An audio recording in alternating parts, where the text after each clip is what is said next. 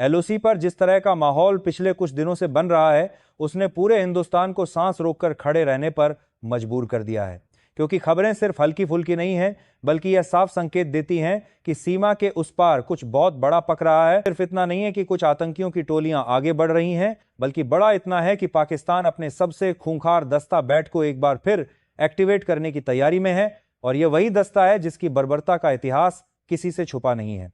सवाल यह उठता है कि आखिर अचानक ऐसा क्या हुआ कि पाकिस्तान को अपनी वही चमगादड़ फोर्स सीमा पर उतारनी पड़ रही है, और पाकिस्तान का यह कदम सिर्फ एक सैन्य हरकत नहीं, बल्कि पूरे हिंदुस्तान के खिलाफ एक मनोवैज्ञानिक दबाव बनाने की कोशिश है। दरअसल भारतीय एजेंसियों ने दिल्ली में होने वाली एक बड़े धमाके की साजिश को समय रहते नाकाम कर दिया, और यह नाकामी पाकिस्तान के अंदर बैठे उन लोगों के लिए करारा झटका थी जो यह मानकर बैठे थे कि भारत की राजधानी को हिलाकर वे दुनिया के सामने यह संदेश देंगे कि भारत आज भी असुरक्षित है। लेकिन भारतीय सुरक्षा एजेंसियों ने जिस सफाई और तेजी से इस साजिश को पकड़ा, उसने पाकिस्तान के हुक्मरानों की हालत पतली कर दी, और इसी बौखलाहट में पाकिस्तान के फील्ड मार्शल असीम मुनीर ने अपनी सबसे खतरनाक बटालियन को बॉर्डर पर सक्रिय करने का आदेश जारी कर दिया। पाकिस्तान की बैट फोर्स का नाम भले ही छोटा हो, लेकिन इसका काम पूरी तरह से आतंक और बर्बरता से भरा होता है। यह बटालियन सिर्फ कमांडो ट्रेनिंग से नहीं बनती, बल्कि इसमें ऐसे लोगों को चुना जाता है जिन्हें मानवता की सीमाओं से बाहर जाकर मारने की आदत डाली जाती है। इनका प्रशिक्षण इस तरह होता है कि जिंदा मुर्गे फाड़ना हो या जहरीले सांप निगलना हो, इन लोगों के चेहरे पर एक पल को भी झिझक नहीं आती। यह बात सुनने में अविश्वसनीय जरूर लग सकती है, लेकिन भारतीय खुफिया एजेंसियों के पास इसके पुख्ता सबूत मौजूद हैं कि पाकिस्तान की यह चमगादड़ फोर्स वास्तव में आतंक का दूसरा नाम है। अब सवाल उठता है कि आखिर असीम मुनीर को इस फोर्स को एक्टिवेट करने की जरूरत क्यों पड़ी, जबकि पाकिस्तान जानता है कि यह कदम भारत के लिए लाल लाइन क्रॉस करने जैसा है। इसका सीधा जवाब यह है कि पाकिस्तान की अर्थव्यवस्था, राजनीति और आंतरिक स्थिति ऐसी गर्त में जा चुकी है कि वहां के हुक्मरान जनता का ध्यान हटाने के लिए सिर्फ एक रास्ता जानते हैं, और वह है भारत के साथ सीमा पर तनाव पैदा करना। और यह नया तनाव पैदा करने का तरीका है बैट को एलओसी पर भेजकर भारत को उकसाना। पाकिस्तान की आवाम बढ़ती महंगाई, बिजली की कमी, भ्रष्टाचार और फौज की मनमानी से तंग आ चुकी है, और इन हालात में मुनीर को डर है कि कहीं जनता का गुस्सा उसके ही खिलाफ न फट पड़े। इसलिए वही पुराना नुस्खा फिर दोहराया जा रहा है कि सीमा पर फायरिंग करा दो, बैट को भेज दो, घुसपैठ करवा दो, और आम जनता का ध्यान अपने असली मुद्दों से हटा दो। लेकिन इस बार कहानी यहीं खत्म नहीं होती, क्योंकि हालात पहले जैसे नहीं रहे। दिल्ली में हुए धमाके की जिम्मेदारी लेने के चक्कर में पाकिस्तान ने खुद ही अपनी पोल खोल दी है। पीओके के प्रधानमंत्री ने खुलेआम यह बयान दिया कि लाल किले के पास धमाका करके पाकिस्तान ने ऑपरेशन सिंदूर का बदला ले लिया, और इस बयान ने दुनिया भर में पाकिस्तान के चेहरे से नकाब उतार दिया। दुनिया अब यह अच्छी तरह समझ चुकी है कि पाकिस्तान सिर्फ आतंकियों को पालने वाला देश नहीं, बल्कि खुद एक आतंकी देश की तरह व्यवहार करता है। इसी बयान ने भारत को भी मजबूर कर दिया कि अब वह पाक की हर चाल का जवाब उसकी भाषा में दे। यह बात भारतीय खुफिया और सैन्य तंत्र अच्छे से जानता है कि पाकिस्तान बैट को तब उतारता है जब वह भारत में बड़े पैमाने पर आतंकियों की घुसपैठ करवाना चाहता है, और खास तौर पर तब जब कश्मीर में भारी बर्फबारी का मौसम आने वाला हो। बर्फ गिरने के बाद रास्ते बंद हो जाते हैं, इसलिए पाकिस्तान हमेशा बर्फ से पहले आतंकियों की भरमार भेजने की कोशिश करता है, ताकि स्लीपर सेल को नए चेहरे मिल जाएं और भारत के अंदर आतंक की नई जमीन तैयार हो जाए। लेकिन इस बार पाकिस्तान की यह योजना उतनी आसान नहीं है, क्योंकि भारत की बीएसएफ और आर्मी पहले से कहीं ज्यादा सतर्क है। जमाने बदल चुके हैं, और अब भारत सिर्फ बचाव नहीं करता, बल्कि पहले ही दुश्मन की कमजोर नस पहचान कर उसी पर हमला करना शुरू कर देता है। भारत के पास जो ब्लैक कमांडो तैनात हैं, उनकी क्षमता पाकिस्तान की बैट फोर्स को अकेले ही धूल चटा देने के लिए काफी है। भारत के इन कमांडोज का प्रशिक्षण सिर्फ शारीरिक क्षमता पर नहीं, बल्कि मानसिक मजबूती पर आधारित है। यह कमांडो दुश्मन की हर चाल भांपने की काबिलियत रखते हैं। अब पाकिस्तान की बैट टीम आम कमांडो की तरह नहीं होती। इनका संचालन एकदम अलग तरीके से होता है। ये लोग अचानक से घात लगाकर एलओसी के 1 से 3 किलोमीटर के दायरे में हमला करते हैं। इनका मकसद सिर्फ हमला करना नहीं होता, बल्कि कुछ मिनटों के लिए बॉर्डर को अस्थिर करना होता है, ताकि उसी दौरान आतंकियों की तेजी से घुसपैठ कराई जा सके। यह तरीका नया नहीं है, लेकिन इस बार पाकिस्तान ने इसे बड़े पैमाने पर उपयोग करने का प्लान बनाया है, क्योंकि भारत ने पिछले कुछ महीनों में पूरे कश्मीर में आतंक के हे नेटवर्क पर अभूतपूर्व प्रहार किया है। बहुत से स्थानीय आतंकी खत्म किए जा चुके हैं, कई स्लीपर सेल पकड़े गए हैं और पाकिस्तान के हैंडलर इतने डर गए हैं कि अब उन्हें जमीन पर ऐसे लोग नहीं मिल रहे जो मानव बम बनने के लिए तैयार हों। यही वजह है कि पाकिस्तान की हताशा चरम पर है और वह बैट का इस्तेमाल करके भारत में दहशत फैलाने का आखिरी दांव खेलना चाहता है। लेकिन शायद वह भूल रहा है कि भारत अब 2000 के दशक वाला देश नहीं रहा। अब भारत का सुरक्षा ढांचा इतना मजबूत हो चुका है कि कोई भी घुसपैठ उसकी नजरों से बच नहीं सकता और किसी भी असामान्य गतिविधि का जवाब सेकंडों में दिया जा सकता है। भारत ने साफ चेतावनी दी है कि एलओसी पर जरा सी भी हरकत हुई तो उसका जवाब वो इस बार पुराने तरीके से नहीं बल्कि दुश्मन की भाषा में देगा। भारत की तीनों सेनाएं हाई अलर्ट पर हैं। वायुसेना को स्टैंड बाय मोड में रखा गया है और नौसेना तक को एक्टिव कर दिया गया है, क्योंकि भारत को यह मालूम है कि पाकिस्तान का युद्ध सिर्फ जमीन से नहीं बल्कि हवा और पानी से भी फैल सकता है। इसलिए भारत ने पहले ही तैयारी कर ली है ताकि दुश्मन को कहीं से भी मौका न मिल पाए। अब हालात ये हैं कि भारत ने एलओसी पर हर चौकी, हर बंकर और हर पेट्रोलिंग पार्टी को आदेश दिया है कि कोई भी परिंदा भी पर मारने की कोशिश करे तो उसके इरादों को वहीं खत्म कर दिया जाए, क्योंकि भारत का मानना है कि दुश्मन की हर साजिश का अंत वहीं होना चाहिए जहां उसका जन्म होता है। इसी तनाव के बीच भारत की जनता भी अब पूरी तरह जागरूक है। लोग सोशल मीडिया पर लगातार सरकार और सेना के साथ खड़े हैं। देश भर में गुस्सा है कि आखिर पाकिस्तान कितनी बार जंग के लिए उकसाएगा और भारत कब तक सिर्फ चेतावनी देकर रुक जाएगा।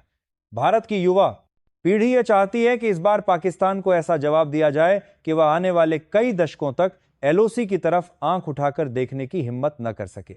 और यही माहौल इस स्क्रिप्ट के पहले भाग का निष्कर्ष तैयार करता है। हालात इतने तनावपूर्ण हैं कि किसी भी समय कोई भी बड़ा कदम उठाया जा सकता है। पाकिस्तान की बैट टीम तैयार है, आतंकियों को लॉन्चिंग पैड पर रखा जा चुका है। खुफिया रेडियो फास्ता में नजार का फासार कर साथ ही समय बात को बारी पर ऑन करना चाहेगा। रिक्वेंसी पर गतिविधियां बढ़ गई हैं और भारत की सेनाएं पूरी तरह सख्त मोड में तैनात हैं। अब सवाल यह नहीं है कि पाकिस्तान क्या करेगा, बल्कि सवाल यह है कि भारत कब और कैसे प्रतिक्रिया देगा और यह प्रतिक्रिया कैसी होगी, क्योंकि इस बार सिर्फ आतंकी हमले का जवाब नहीं दिया जाएगा बल्कि पूरे ढांचे को खत्म करने की योजना पर काम चल रहा है। एलओसी पर फैले इस तनाव की परतें जितनी खोलते जाते हैं उतनी ही ज्यादा चौंकाने वाली बातें सामने आती जाती हैं, क्योंकि जो संकेत भारत की खुफिया एजेंसियों ने पकड़े हैं वे सिर्फ छोटे मोटे मूवमेंट नहीं बल्कि किसी बड़े ऑपरेशन के शुरुआती कदम हैं। पाकिस्तान की बैट टीम को एक्टिवेट करना कोई सामान्य कदम नहीं होता, क्योंकि इस दस्ता को तभी भेजा जाता है जब पाकिस्तान अपने अंदरूनी हालात से इतने डर में होता है कि उसे लगता है कि सीमा पर तनाव फैलाकर ही वह अपनी आवाम को चुप करा सकता है। और इस बार हालात कुछ अलग नहीं बल्कि पहले से भी ज्यादा खराब हैं। पाकिस्तान में खाद्य पदार्थों की कीमतें आसमान छू रही हैं, गैस संकट चरम पर है, बिजली 16 से 18 घंटे गायब हो रही है और जनता भूखमरी की कगार पर खड़ी है। दूसरी तरफ वहां की फौज अब खुलकर सरकार की बागडोर संभाल रही है, लेकिन अवाम को यह बात समझ में आ गई है कि देश को इस हालत में पहुंचाने वाले वही लोग हैं जो आज फिर नई नौटंकी कर रहे हैं। ऐसे में असीम मुनीर को डर है कि अगर पाकिस्तान की जनता सड़क पर उतरी तो वह सीधे सेना के खिलाफ जाएगी और इसका अंजाम उसकी कुर्सी के लिए खतरनाक होगा। इसीलिए सीमा पर तनाव पैदा करना ही वह तरीका है जिसे वह बार बार आजमाता आया है और इस बार भी वही रणनीति दोहराई जा रही है।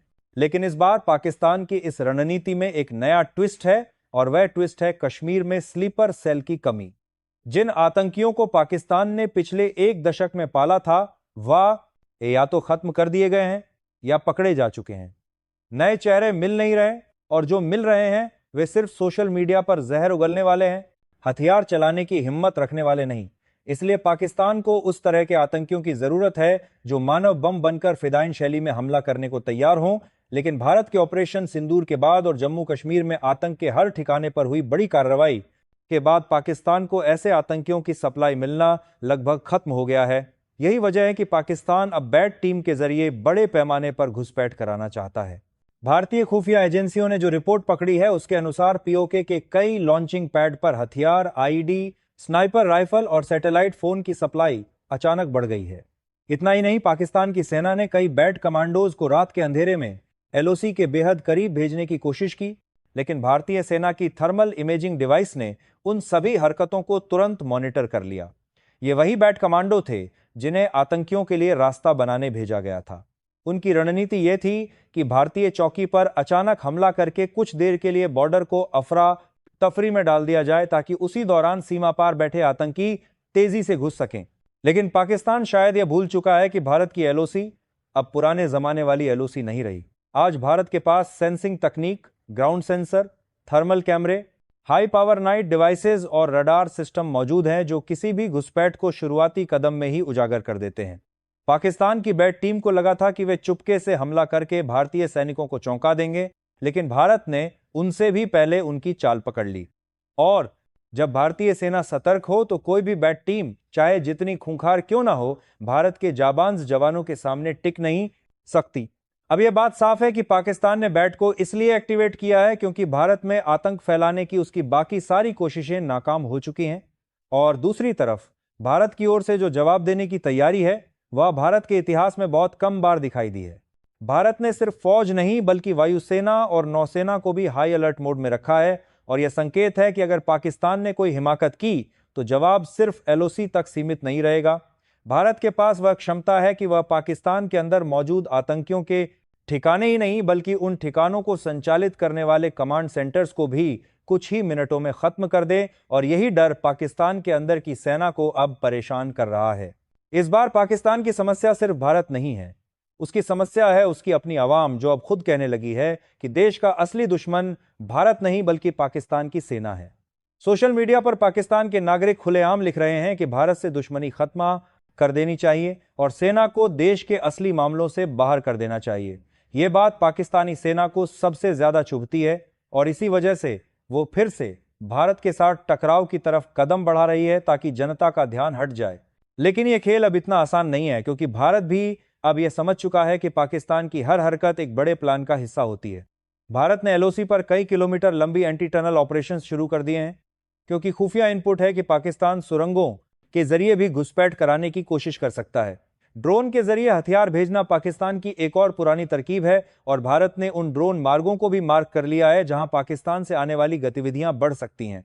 पंजाब, जम्मू और राजस्थान में बीएसएफ की यूनिट्स को खास आदेश दिएगा ये है कि ड्रोन दिखते ही उसे बिना चेतावनी के गिरा दिया जाए। सबसे महत्वपूर्ण बात यह है कि भारत ने पाकिस्तान को कूटनीतिक मोर्चे पर भी घेरना शुरू कर दिया है। दुनिया के कई बड़े देशों को भारतीय एजेंसियों ने यह जानकारी दे दी है कि पाकिस्तान ऑपरेशन सिंदूर पर जवाबी हमला करने के लिए बड़े पैमाने पर आतंकी मूवमेंट कर रहा है। इस जानकारी से पाकिस्तान पर अंतर्राष्ट्रीय दबाव बढ़ रहा है और दुनिया भर में पाकिस्तान की इमेज एक बार फिर आतंक निर्यातक देश की बनी हुई है। उधर पीओके में भी लोग पाकिस्तान सेना के खिलाफ सड़कों पर उतर आए हैं। पीओके की जनता कह रही है कि पाकिस्तान उनकी जमीन का इस्तेमाल आतंक फैलाने के लिए कर रहा है, जबकि पीओके में लोग शिक्षा, स्वास्थ्य और बिजली के लिए तरस रहे हैं। यह विरोध पाकिस्तान सेना को अंदर तक झकझोर रहा है और इसी हड़बड़ी में मुनीर सीमा पर तनाव बढ़ा रहा है ताकि पीओके की आवाज दबाई जा सके। भारत की ओर से जो तैयारी जारी है वह पाकिस्तान की बैट टीम के लिए विनाशकारी साबित होने वाली है। भारत ने अपनी स्पेशल ऑप्स टीम को एलओसी के कई सेक्टरों में तैनात कर दिया है। यह टीम सिर्फ घुसपैठियों को रोकने के लिए नहीं बल्कि पाकिस्तान के बैट टीम सिर्फ डीजा की कमांडोज पर भी सीधा वार करने के लिए तैयार है। भारतीय सेना ने साफ कर दिया है कि अगर पाकिस्तान ने एक भी बैट कमांडो को भारतीय सीमा में भेजा तो वह कमांडो वापस जिंदा नहीं लौटेगा। पिछले कुछ वर्षों में भारत ने पाकिस्तान की कई बैट कोशिशें असफल की हैं और उनके शवों को पाकिस्तान की सेना लेने भी नहीं आई, क्योंकि उन्हें डर था कि सच सामने आ जाएगा। भारत ने यह भी स्पष्ट कर दिया है कि अब वह सिर्फ रक्षात्मक रणनीति पर नहीं रहेगा। अगर पाकिस्तान ने हमला कराया या घुसपैठ का प्रयास किया तो भारत ऑपरेशन को सीमा पार तक ले जाने में संकोच नहीं करेगा। कुछ सूत्रों का कहना है कि भारत ने ऐसे कई सैन्य टारगेट भी मार्क कर लिए हैं जिन्हें किसी भी समय ध्वस्त किया जा सकता है। पाकिस्तान की launching pad, firing positions, command centres और बैट की ट्रेनिंग लोकेशंस उन संभावित टारगेट्स में शामिल हैं। इस पूरे घटनाक्रम में एक बात बिल्कुल साफ है कि भारत इस बार जवाब सिर्फ हमला रोकने का नहीं देगा, बल्कि जवाब ऐसा होगा जो पाकिस्तान के पूरे आतंक ढांचे को जड़ से हिला देगा। और यही वह बात है जिसने पाकिस्तान को अंदर तक डरा दिया है।